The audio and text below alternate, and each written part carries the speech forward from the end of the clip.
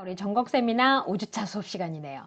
제가 조금 늦게 올리게 된다고 여러분들한테 공지사항 올렸는데 여러분들이 공지사항을 확인하셨는지 모르겠습니다. 자, 그래도 뭐 전공 세미나 우리 또 여러분들이 열심히 들으면서 글도 올려주고 계셔서 제가 아주 즐겁게 잘 읽고 있습니다. 지금 요게 핫스팟으로 좀 하다 보니까 화면이 좀 끊기는 것 같더라고요. 가끔. 네. 그리고 아우 한참 해먹었어요. 이거 노트북이 서피스 코 안 켜져 저기 안 켜져 아니 켰다가 이게 목통이 되고 안 움직이는 거예요. 이 화면에서. 그래갖고 제가 막 눌렀다 끼고 했는데 안 돼갖고 결국 인터넷 찾아봤더니 뭐 서피스 목통 다 떴더라고요. 그래서 나만 그런 게 아니구나 하다고 제가 인내심을 갖고 기다렸어요. 사실은 이제 포기를 한 거죠. 어떻게 할까 하다가 내일 찍을까 학생 우리 친구들한테 금요일날 오전에 올린다고 늦어도 오전까지 올린다고 했는데 내일 오전에 할까 하다가 그래도 아닌 것 같아서 제가 밤에 해야 될 것 같다 이래가지고 제가 이제 낮에 좀 못할 일이 있어가지고 원고는 좀 해놓은 지가 꽤 됐어요. 그랬는데 이제 촬영 못했죠. 근데 이거 원고를 하면서 이 부분에 대한 원고를 잠깐만요. 뒤에 화면 먼저 넘기고 지금 보면 이제 어떻게 쓸 것인가란 말이에요. 우리 이거를 어떻게 설명하면 좋을까를 참 고민을 많이 했어요. 제가 자료를 준비하면서. 이게 정말 이공계 학생만의 문제가 아니거든요. 이거는 그냥 글쓰기의 기본이에요, 여러분. 그러니까 누구나 갖고 있는 문제고 누구나 갖고 있는 거예요. 자, 그러면 보세요. 단락을 알면 논리가 선다. 취약한 문장력 이렇게 극복하자. 한글 맞춤법은 기본이다. 글은 고칠수록 좋아진다. 이거 제가 논문 쓸 때도 똑같이 했던 거고요. 제안 썼을 때도 똑같이 했던 거고요. 보고서 썼을 때도 똑같이 한 거예요. 똑같아요, 이거는. 그러니까 꼭 누구만의 문제라고 볼 수가 없어요. 그래서 이공계란 말 빼버려야 되겠어요, 이제는. 그냥 여러분들이 글쓰기가 좀 관심이 없었다라는 거죠, 그동안. 자, 이제 그래서 우리가 글쓰기에 좀 관심을 가지자라고 여러분들한테 이제 말씀드릴 수가 있겠어요. 오늘은 제가, 얼마 전에 저랑 항상 가끔 사람들한테 제 자신에 대한 내용을 수필로 또는 에세이로 한번 책을 내보라는 제안을 좀 받아요. 제가 그렇다고 해서 멋지게 살고 뭐 훌륭하고 유명하고 이게 아니라 그냥 제가 살아온 라이프가 그러니까 저를 한 10년 오랫동안 알고 오신 분들은 그런 얘기들을 많이 하세요. 그래서 저를 한 10년 동안 알고 지냈던 그 교수님께서 오늘 저한테 뭐 이런저런 얘기를 하다가 저한테 그 얘기를 하더라고요. 제가 살아온 글을 수필이나 에세이를 좀 써서 에피소드식으로 쓰든지 어떻게 하든지 해서 그분들을 참 책으로 해도 참 좋을 것 같다. 아니면 일기 형식으로. 그러니까 다른 사람들이 봤을 때 뭔가 동기부여되고 참 좋을 것 같다라는 얘기를 하더라고요. 제가 이제 무엇보다도 고마웠어요. 나를 그렇게 좋게 봐줘서. 그런데 그러고 난 다음에 제가 또 고민을 했어요. 이제 운전을 하면서 운전을 하다가 통화를 했는데 그래서 이제 운전을 하고 나서 제가 이제 오늘은 내가 이제 이 전공쌤이나 글쓰기 수업을 녹화를 해야 될 텐데 내가 이게 어떻게 쓸 것인가라는 부분을 준비하면서 참 고민이 많았는데 막상 학생들한테 무슨 얘기를 해줄까라고 하다가 생각해 보니까 그분의 얘기, 그 교수님의 얘기를 듣고 그래 내가 글을 난 늘 영어로 논문 위주로 많이 쓴 것 같고, 나 자신의 글을 쓰는 거는 일기 정도인데, 이거를 어떻게 내가 할 수 있을까?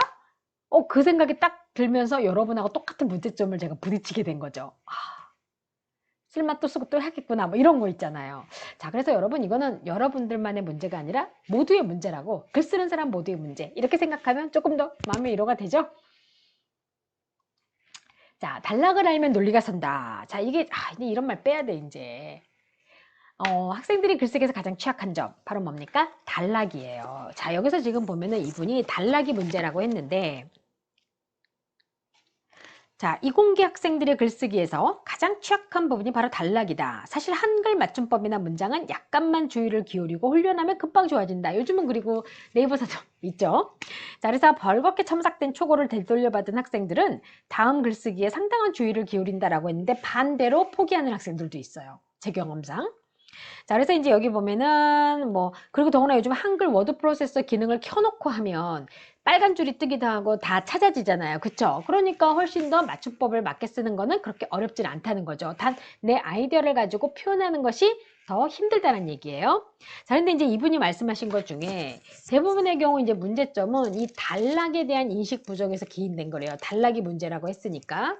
자, 어떤 것들이 있냐면 이공계 학생들은 단락 구성에 취약하다. 다 그래요. 자, 그리고 한 문장을 쓰고 나서 그 다음에 무슨 말을 써야 할지 모른다. 이거는 뭐 저도 고민하는 거고 여러분들도 마찬가지고 글 쓰는 사람은 누구에게나 갖는 거죠. 한 단락의 길이가 짧다.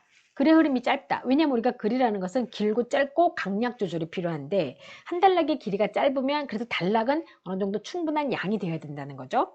그리고 길게 쓰려고 한 단락에 여러 개의 생각을 이어붙인다. 즉 단락의 어떤 길을 형식적으로 이어붙이려 하다 보니까 길게 쓰게 된다. 여러 개를 붙인다는 거죠. 내용을. 그게 아니라 한 단락에는 뭐가 되는 거죠? 한 주제만 들어가야 된다는 거죠. 자, 그리고 쓰고자 하는 여기서 지금 길게 쓰려고 한 단락에 여러 개의 생각을 이어붙인다 라고 하는 거 땡땡 해놓고 혼란스럽다라고 그랬죠. 왜? 글을 읽는 사람은 헷갈려요. 뭔 얘기하고 싶은 거야? 자, 이 얘기하니까 제가 그게 생각이 나더라고요. 제가 이제 그 박사 지원을 할 때 연구 계획서를 썼어요. 근데 정말 하고 싶은 얘기를 막 쓴 거예요. 그랬더니 면접 보던 날 교수님께서 딱 그 얘기 하시더라고요. 도대체 뭘 연구하고 싶은 거예요? 자, 저희는 영어 교육이다 보니까 listening, speaking, writing, reading 중에 딱 하나만 전공을 하게 돼 있어요. 저는 이제 라이팅을 한 건데 저는 라이팅을 하고 싶었고요. 근데 머릿속에 생각이 너무 많았던 거예요. 그 라이팅을 잘함으로 인해서 listening, speaking, reading도 잘하게 할 수 있고 막 이렇게 쓴 거죠. 근데 단락도 막 길게. 그랬더니 교수님 딱 그러시더라고요. 도대체 뭘 연구하고 싶은 거예요? 라이팅을 연구하고 싶은 거야? 리스닝을 연구하고 싶은 거야? 리딩을 연구하고 싶은 거야? 저는 라이팅이요. 그러면 포커스를 라이팅에 맞춰야지. 이게 뭐야? 이렇게 얘기가 된 거죠. 그래서 저 특별 전형이 1차인데 거기서 떨어지고 다시 일반 전형에 지원해가지고 붙었잖아요. 그 얘기 딱 듣는 순간 피드백을 받은 거죠. 라이팅, 포커스는 라이팅. 이렇게 되는 거죠, 여러분. 자, 우리가 이 글쓰기라는 것이 결국은 내 생각을 얘기하고 내가 뭔가를 하겠다라고 할 때도 여러분들이 회사를 들어갈 때도 회사에서 요구할 수 있죠. 이 회사에 들어와서 당신이 기여할 수 있는 점이 뭔지 적어보시라고. 그런 것도 가능한 거예요. 그래서 제가 이 글쓰기가 중요하다고 한 거예요. 자, 그래서 이렇게 한 단락에는 한 주제. 아시겠죠? 자, 단락에 대한 그래서 여기 이제 보면 혼란스럽다고 한 거랑 똑같은 거죠, 교수님이. 쓰고자 하는 내용에 대한 배경 지식이 부족하다. 그때는 또 왜 그랬냐면, 제가 이제 박사 들어가기 전이니까, 박사가 아니니까, 얼마나 또 부족했겠어요. 그러니까 이 말 했다, 저 말 했다 막 했던 거죠. 그러니까 자기 주장에 대한 근거 제시가 미흡하다. 딱 저였네요. 한 단락에서 다음 단락으로 넘어가는 것이 자연스럽지 못하다. 왜냐면 말을 자꾸 이어붙이니까. 그리고 결국 글의 설득력이 떨어진다. 그러니까 도대체 리스닝을 하고 싶은 거야, 리딩을 하고 싶은 거야, 라이팅을 하고 싶은 거야.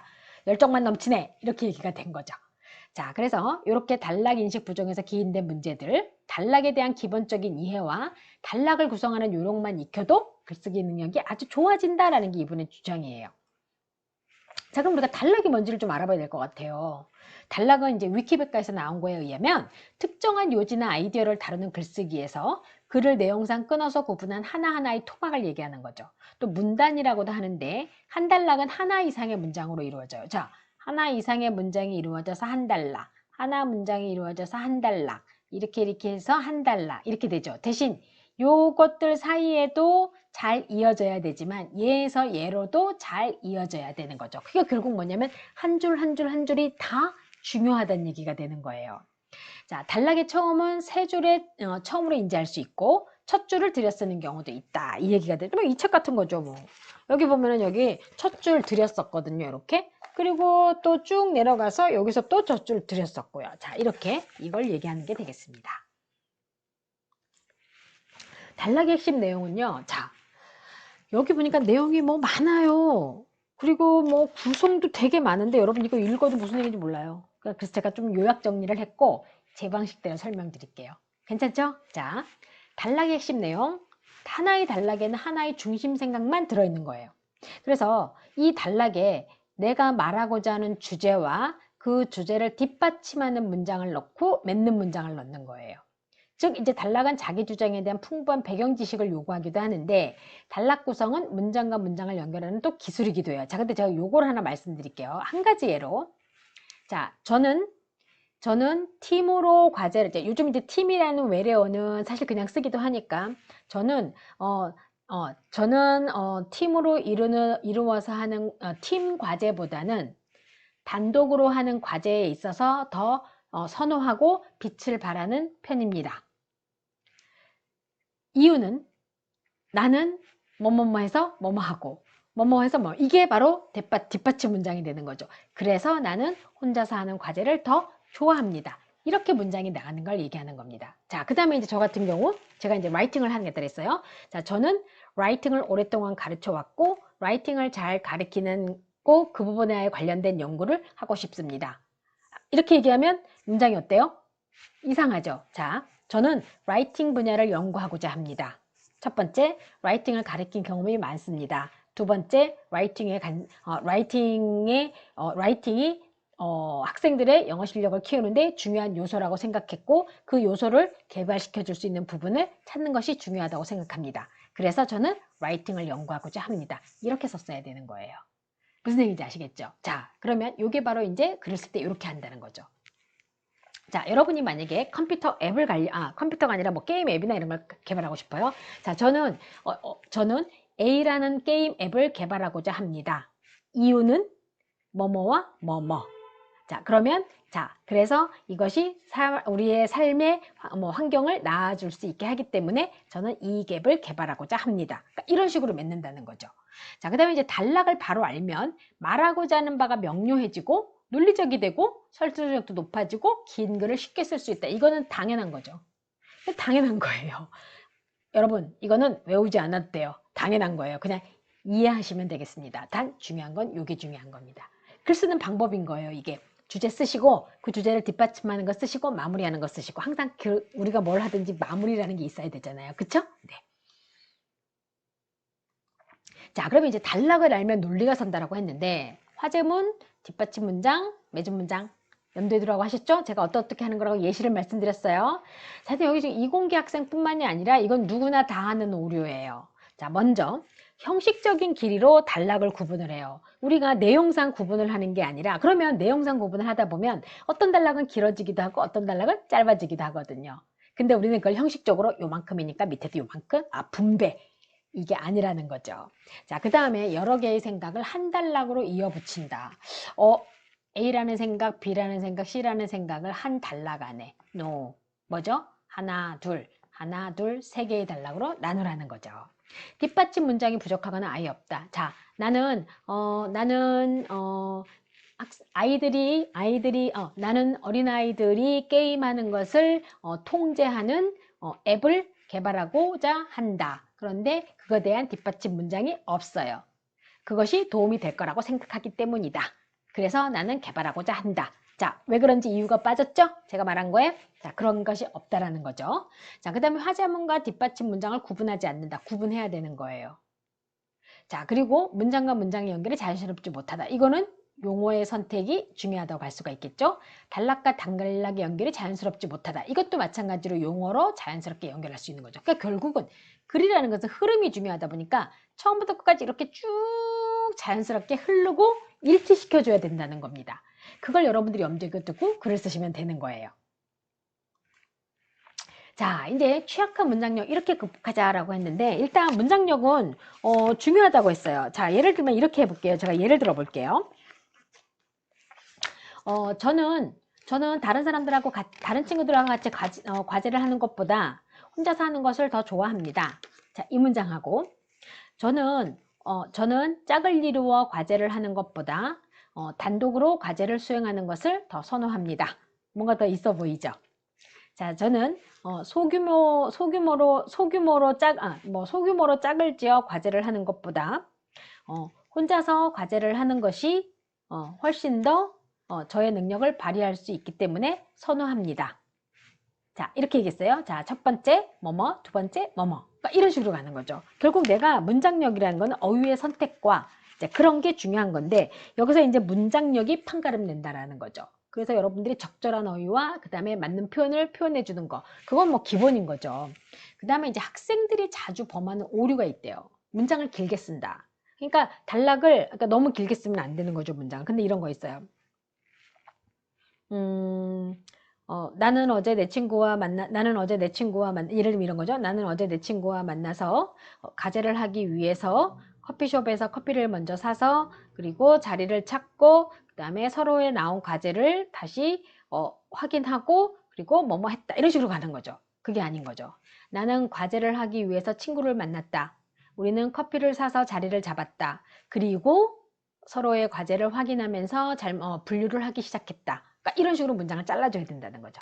그 다음에 주어와 서술어가 호응하지 않는다. 이거는 뭐냐면 지금 여기에 나와 있는 예시로는 사실 여러분들이 조금 어렵게 느껴질 수도 있어서, 즉 뭐냐면은 게임이 우수하다는 평이다 라고 해서, 이게 지금 여기에 보면은 이 게임은 우수하다는 평가이다 이 뜻인 거예요. 평이.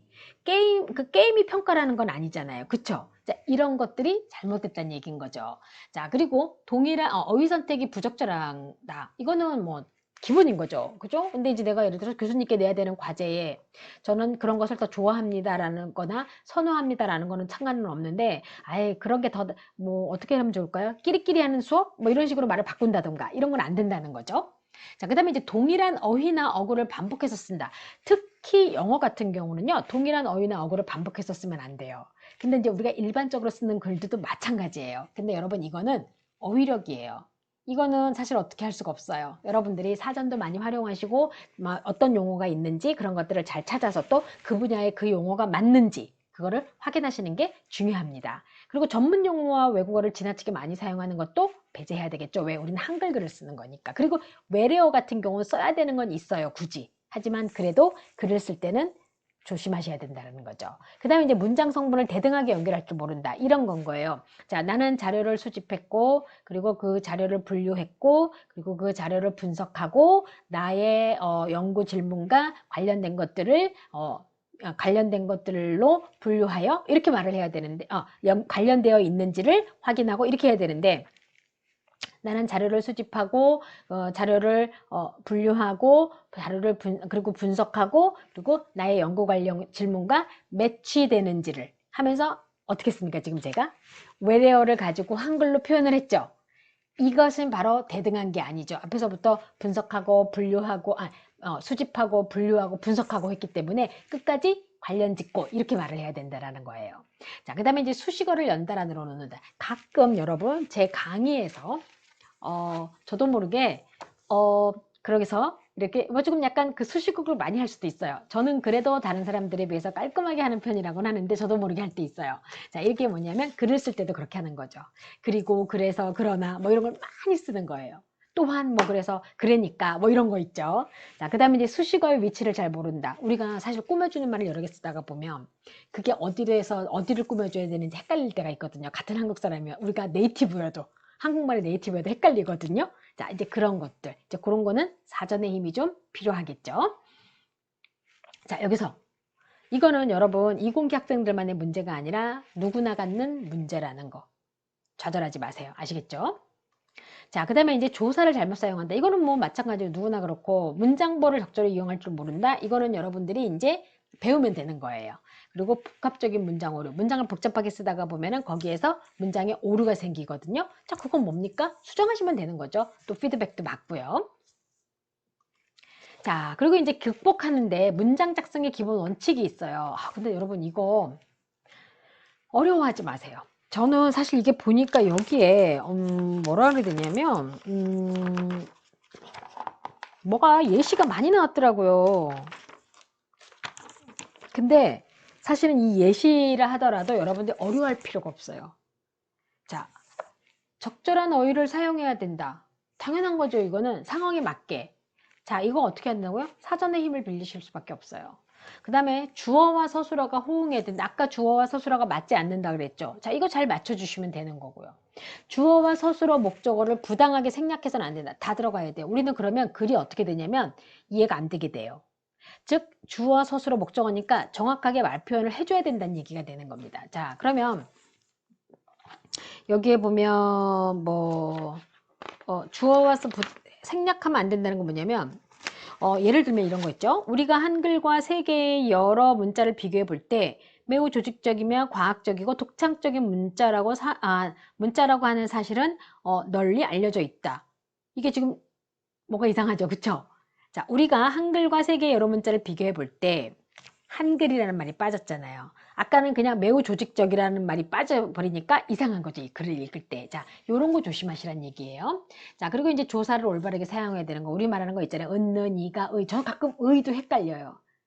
그죠? 그리고 수직 관계가 명확해야 되고 꿈거, 그 다음에 논리 관계 명확해야 되고 단어나 구, 절 등을 대등하게 연결해야 되고 쉽게 말하면 단어는 단어끼리, 구는 구끼리, 절은 절끼리 잘 연결해야 된다는 소리예요. 가능한 한 능동형으로 여러분 이거 피동이라는 게 뭐냐면 우리 영어에서 말하는 수동과 좀 비슷해요. 그래서 이거를 이중피동이라는 거는 그것에 의해서 되어진 뭐 그거였다 뭐 이런 식으로 그건 안 그것에 의해서 되어진 결과로서 뭐 이어졌다 뭐 이런 식으로 하지 말라는 소리예요. 그냥 능동형으로 표현해 줘야지 훨씬 더 깔끔하다는 얘기가 되는 거죠. 자, 이게 뭐냐면 자 109페이지에 학생들은 글쓰기 수업의 과제가 매우 많다고 불평하지만 인터넷 사용과 컴퓨터 게임으로 보내는 시간만 적당히 줄여도 주어진 과제를 충분히 수행하게 될 것이다 라고 했어요. 자, 그러면 여기서 보면 지금 학생들은 글쓰기 수업의 과제가 매우 많다고 불평하지만 인터넷 사용과 컴퓨터 게임으로 보내는 시간만 적당히 줄여도 주어진 과제를 충분히 수행할 수 있을 것이다로 바뀌었죠. 그러니까 충분히 수행하게 될 것이다 라가 아니라 뭐가 되는 거죠? 수행할 수 있을 것이다. 이게 맞다라는 거죠. 그러니까 이런 거 조심해야 돼요. 하게 될 것이다가 아니라 할 것이다. 그 다음에 이제 결국 뭡니까? 하게 될 것이다. 이거랑 하게 될 것이다라는 거는 누군가에 의해서 이루어진다는 뜻이니까 안 좋다는 뉘앙스인 거죠. 자, 그 다음에 이제 문장보 정확한 거는 여러분들이 학습을 하시면서 배우시면 되는 거예요. 이거는 저도 이건 매번 헷갈려서 글을 쓸 때마다 확인합니다. 자, 여러분 기본 원칙 생각해 보면 사실 그냥 뭡니까? 말 그대로 기본을 잘 지키자는 겁니다. 무슨 얘기인지 아시겠죠? 어렵지 않죠? 네. 한글 맞춤법은 기본입니다. 그쵸, 당 기본이죠. 금세가 맞을까, 금세. 이거 사전 그냥. 저 다른 거 안 합니다. 자, 사전. 자, 그리고 또 하나. 다독이 필요하고요. 자, 여기서 한자어에 능해야 된단 말을 하는데 이게 무슨 얘기냐면요. 자, 우리나라 여러분 요즘에 신문 잘 안 읽죠. 그리고 요즘 뭐 인터넷 뉴스를 많이 보게 되고 저희 어렸을 때만 해도 이제 신문을 많이 읽으라 그랬고 논술 시험을 보려면 신문을 봐라 이랬는데 우리나라 말은요. 한자어가 많아요. 근데 우리는 한글이 있기 때문에 그 한자어를 소리로 표현을 하게 돼요. 쉽게 말하면 학습 이런 것도 한자어죠. 그 다음에 뭐 예를 들어서 또 뭐가 있을까요? 한자어가 그러면 우리가 뭐 조식 그럼 뭡니까? 아침 식사잖아요. 이거 한자잖아요. 단 뭐죠? 근데 우리가 소리로 하는 거죠. 즉 이렇게 한자어에 능해야 돼요. 그래야지 글을 쓸 때 훨씬 더 글이 적절한 어휘를 찾을 수 있고 쓸 수 있다는 거죠. 왜? 우리나라 말이 한자어가 많거든요. 한글은 단어를 창출해 준 게 아니라 소리를 만들어 준 거거든요. 자, 그래서 요게 여러분들이 이제 한글 맞춤법을 틀리지 않으려면 이렇게 해야 된다라는 거. 자, 그 다음에 글은 고칠수록 좋아진대요. 당연한 거 아닌가요? 빨리 쓰고, 그러니까 글을 쓸 때 그러니까 그 딜레이 시키지 말고 어떻게 하라 그랬어요? 빨리 쓰고, 그리고 천천히 수정하라. 그때는 어떻게 해야 되니까? 세심하게 읽어봐야 되니까. 자, 그래서 글을 수정하는 요령은 남의 글을 보듯이 냉정하고 객관적인 시간을 가져. 근데 이게 참 힘들어요. 내 글은 내가 안 보여요. 그래서 다른 사람의 피드백이 필요한 거예요. 자, 전체에서 부분으로 나아간다. 즉, 내가 하고자 했던 내용하고 뒷받침, 맺은 말 잘 찾아가야 되겠죠? 자, 그 다음에 형식에서 내용으로 나아간다. 처음에는 형식 내가 맞게 썼나? 내용 한번 확인하기. 무슨 얘기인지 알겠죠? 자, 그 다음에 필자 수준에서 독자 수준으로 나아간다. 즉, 내가 썼기 때문에 독자가 이걸 읽었을 때 어떨까? 라고 하면서 글을 수정할 때는 독자의 입장이 돼야 된다는 거죠. 자, 그 다음에 이제 글을 쓰는데 1시간 걸렸다면 수정에는 몇 시간? 3시간. 그만큼 수정하는 데가 시간이 오래 걸린다는 얘기가 되는 거죠. 저도 생각해 보니까 논문을 일단 무조건 다 써놨던 것 같아요. 쓰고 계속 수정하는데 결국 그게 새 글이 되더라고요. 그러니까 거기서 일부러, 근데 우리는 어떤 심리가 있냐면요, 여러분. 글을 써놓고 나죠? 아까운 거예요. 못 지워요. 관련 없는데도. 그리고 또 어떤 현상이 있냐면, 내가 너무 좋은 표현을 썼어. 특히 막 영어 같은 경우는, 이거 너무 영어 잘 됐고 표현이 너무 좋아. 그러면 그 문장을 어떻게 살리고 싶은 거예요. 내용도 안 되는데, 거기에 안 어울리는데. 그런 현상이 생겨요. 자, 그래서 어떻게 독자 수준으로 나아가서 수정은 3시간 정도 걸리면서 잘 생각하면서 고쳐야 된다는 거죠. 과감하게 고쳐야 돼요. 또 그리고 나오네. 버릴 줄 알아야 좋은 글을 쓸 수 있다. 못 버리면 안 돼요. 저 못 버려가지고 한참 고생한 적도 있거든요. 자, 그리고 반드시 소리내어 읽으면서 수정한다. 왜? 눈으로 보는 거는 안 보이게 돼 있거든요. 그리고 읽어야 정확하게 단어 발음이 나오면서 아, 내가 잘못 썼네 라고 할 수가 있는 거죠. 무슨 얘기인지 아시겠죠? 자, 지난주에 우리가 주제를 생각했거든요. 자, 그러면 이번 주는 그 주제를 가지고 내가 어떻게 구성할 건지 생각해 보는 건데, 먼저 구성에 대한 거를 한번 생각해 보시고요. 뭐 시간적 구성, 뭐 그다음에 포괄적 구성 뭐 이런 거 있죠. 그런 다음에 제가 우리가 주제문 쓰고 그다음에 뒷받침 문장 쓰고 그다음에 마지막 뭐 씁니까? 매듭 문장 쓰죠. 자, 우리가 요 정도까지는 한번 좀 여러분들이 생각을 해보고 그리고 나서 제가 요거 과제로 나갈 거예요. 중간 과제로. 그러니까 잘 하세요. 일단 내용의 길이보다는 여러분들이 주제문, 뒷받침을 기본적으로 이제 다음 주차에 더 수업을 하고 내용을 확장하는 걸 말씀을 드릴 테니까 주제 생각하시고 주제문, 뒷받침, 맺은말 그리고 한 단락 정도는 할 수 있는 거 한번 여러분들이 고민을 해보시는데 사실은 그 한 단락을 쓰면 그 다음 단락도 쓸 수 있는 거예요. 무슨 얘기인지 아시겠죠? 자, 그러면 한번 해보세요. 자, 요거는 과제를 여러분들이 올리지 않아도 돼요. 일단 생각해 두세요. 그러면 제가 6주차 때 여러분들한테 올리라고 할 겁니다. 그리고 나서 중간에 한번 봐주고 마지막에 또 대체 과제 할 때 저희가 이제 8주차 대체 과제 하게 될 거거든요. 중간고사는 그때 제가 다시 한번 제출하라고 할 겁니다. 확장된 것을. 자, 그러면 여러분 이번 주차 또 이틀 잘 기다려줘서 고맙습니다.